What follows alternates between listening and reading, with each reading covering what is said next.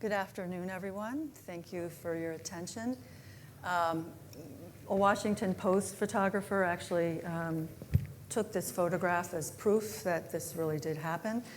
And if you'll notice, I'm smiling, but I'm not showing any teeth because in my head what I'm thinking is, if I open my mouth, drool is going to come out, so just keep your mouth shut. It was one of my goals was to meet Gorbachev, so this was a very happy moment for me. All right, I'm going to ask a question, true or false? If hemoglobin A is absent in a patient's sample, can HbA1c be measured? Raise your hand if you think that's true.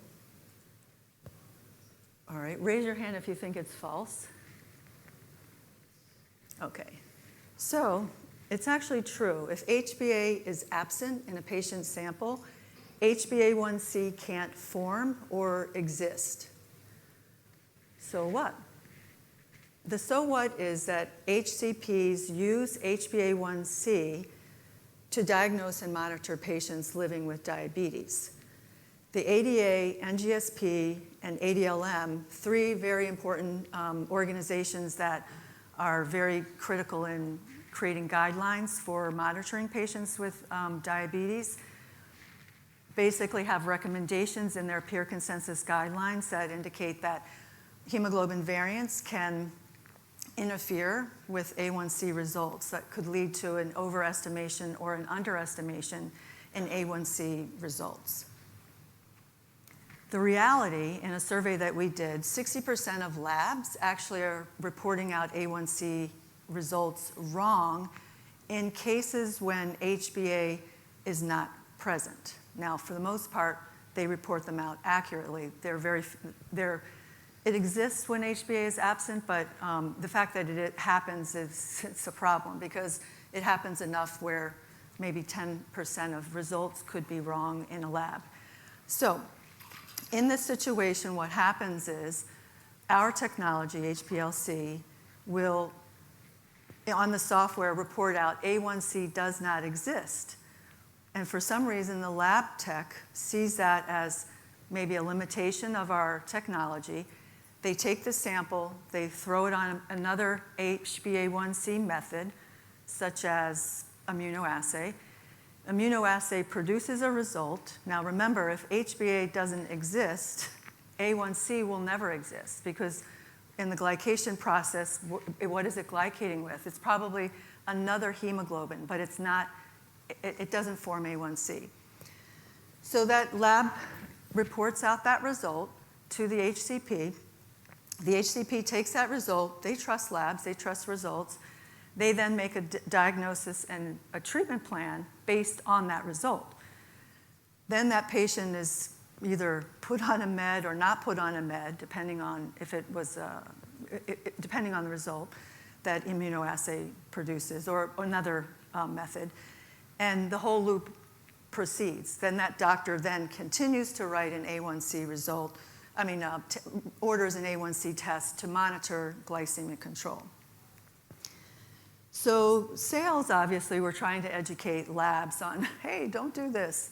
This is a problem, however, doctors weren't complaining. So labs were like, why should we change anything? No one's complaining. So they asked us, literally, to start a revolution to get HCPs complaining, because we all know, anyone who's dealing with doctors, is that missing one diagnosis for them is one too many. So based on that premise, my goal was to try to figure out, okay, how am I going to change HCP behavior and get them doing, the right thing? Because it all starts with the pathologist in the lab. So what I was shooting for was to, in cases when HbA is absent, to get the labs to, instead of throwing it on another A1C method, was to get them to report out to the doctor, hey, A1C doesn't exist. You're going to need to use another analyte to measure glycemic control. And then also to recommend maybe some further testing, because if hemoglobin A is if it doesn't exist, there's maybe some other issues going on. So then if the idea would be to get the HCP to order new tests, the lab runs new gets the results, sends it to the doctor. The doctor then makes the right treatment plan based on better clinical information. And A1C is noted not to be used to measure future glycemic control in that patient type. So how do we change behavior? First, what we did was we diagnosed knowledge gaps.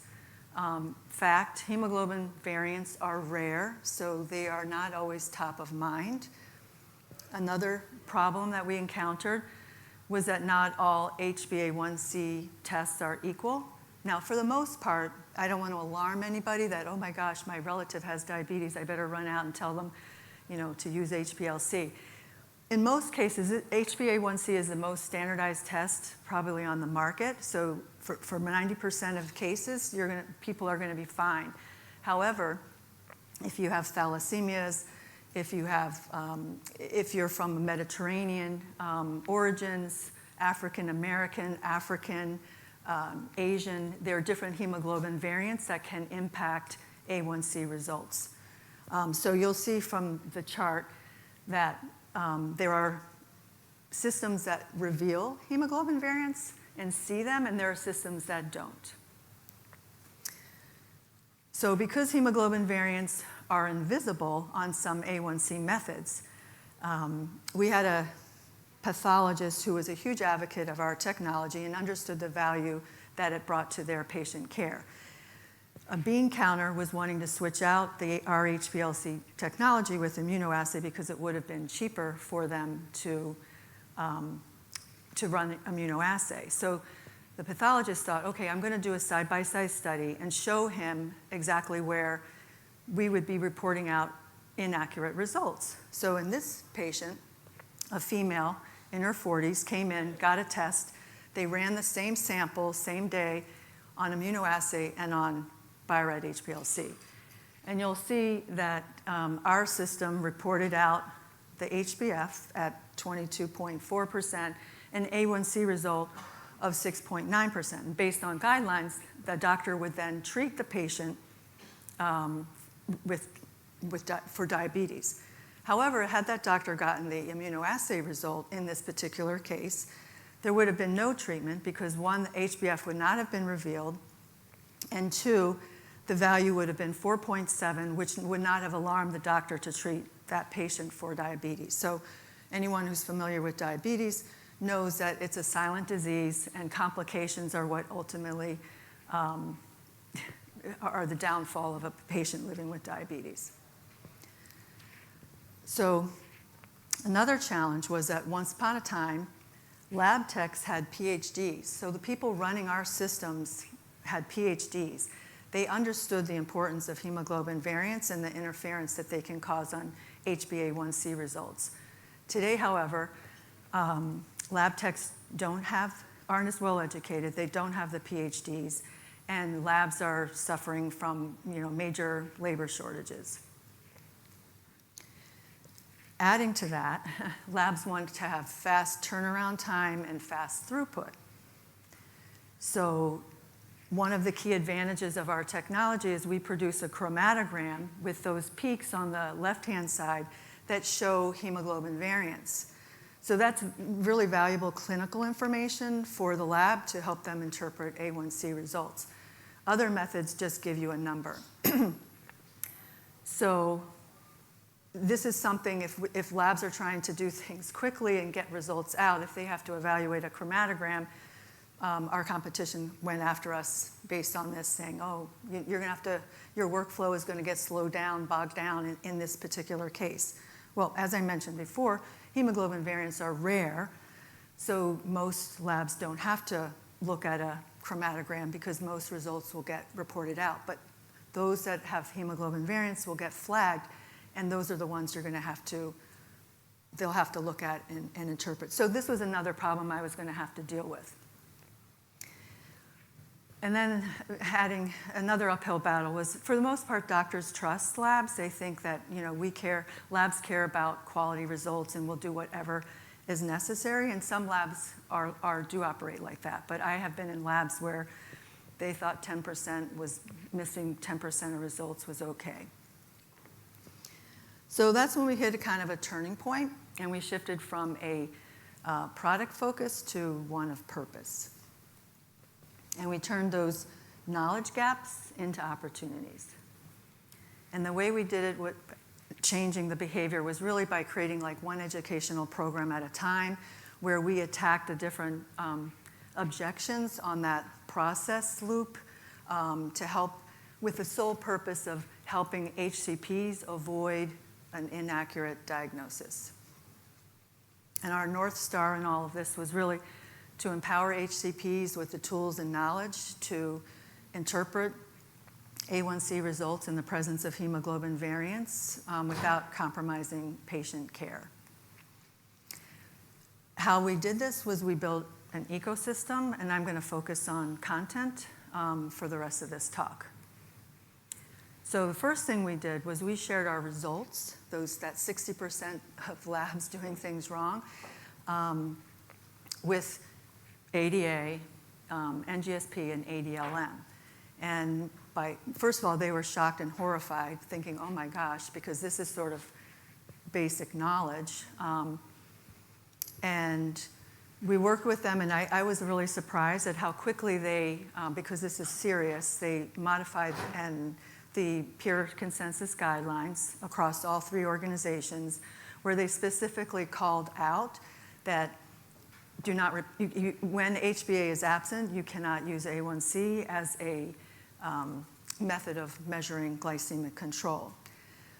Our customers were also asking, hey, you need to tell us what we need to do. And we're like, well, we're a manufacturer, but FDA doesn't allow us to give medical advice. So we asked them, hey, your customers are asking what should they use? And that's when fructosamine and glycated albumin were added in those recommendations. So what that did, it sort of killed 2 birds with 1 stone, is that from a regulatory point of view, I was now, since these were peer consensus guidelines and published in 2 major clinical journals, I was able to use that information to create content where we could then tell labs, this is what you need to do in this particular situation. So after we kind of paved the way in that regard, we built a library of variants, which is a digital online database of HPLC variant cases globally from all across the world. We partnered with labs. They were very excited about participating in this because it would help the whole global community in terms of being able to evaluate these very rare hemoglobin variants for their patient types. To my knowledge, it's the only one available online. It's shareable, it's free. We constantly update it, and it is a go-to resource for pathologists, HCPs, as well as lab personnel. We also built a online training center where, based all on science, based on real-world case studies, to illustrate the science behind why they need to do what we're recommending that they do, because somehow that got lost with the lack of maybe education of the professionals working in a lab. And also doctors, it wasn't on top of mind with doctors either, because again, they trust the labs to report out accurate results. The content was so well received that the Thalassemia International Federation, TIF, asked, can we have your content? We'd like to do an online course to help educate, because we see this as a huge gap in the type of services that we provide in terms of educating. So we gave them all the content. We created quizzes and tests to help them build an online certification program. They put it on their website. They monitor it. They handle all the registrations and all the certifications. And it's actually got our Bio-Rad logo on it, so even though they are not really a proponent of supporting any manufacturer, in this case, they made an exception, because basically the quality of the content. So the impact we definitely had huge engagement.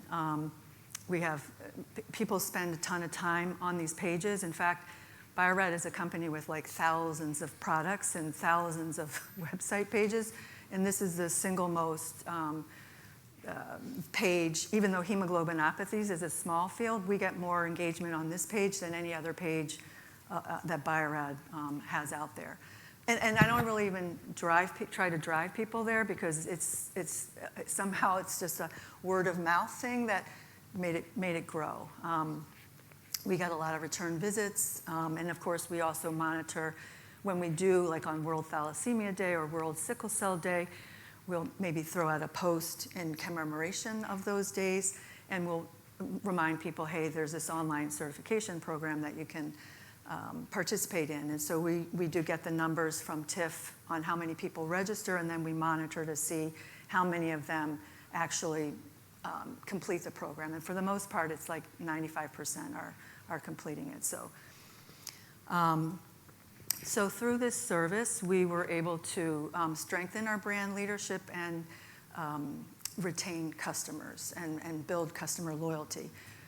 We were, if anyone's been in diabetes or cardiovascular pharmaceuticals, you probably have heard of DCCT and UKPDS, and all doctors learn about those studies. They were landmark trials on diabetic patients, and our technology was used in those studies.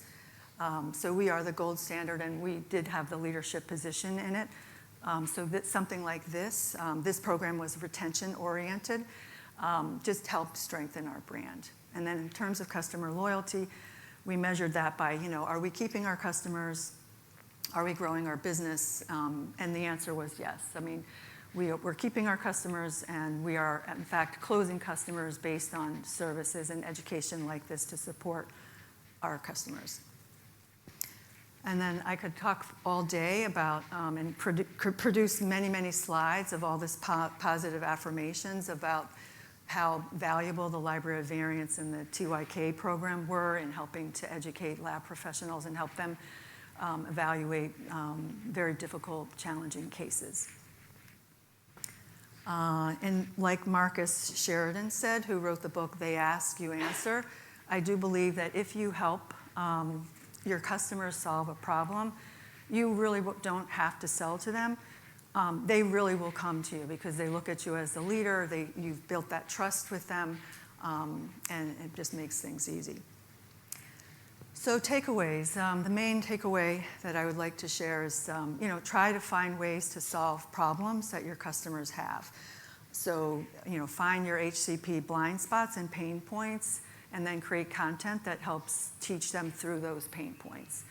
I would, start with high quality content, high value.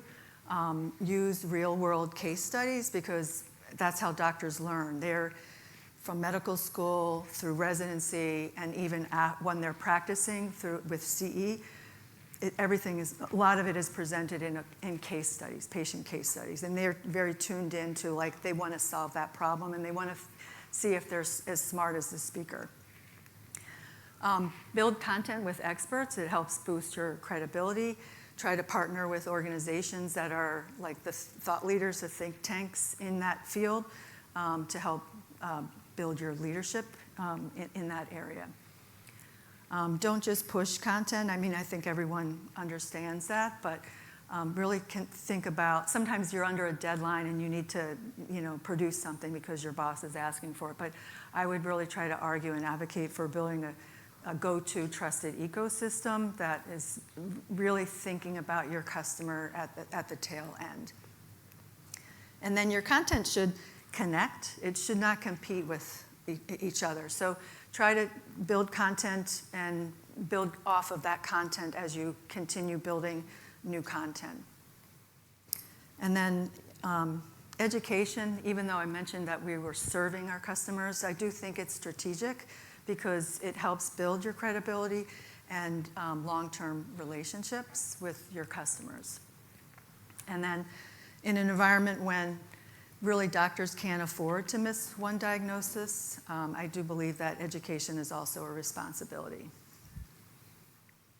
Thank you. Any questions? Thank you, Anne-Marie. Yes, questions? Right. I'm just curious, with the American Diabetes Association, how long did it take to convince them to update their guidelines after your study?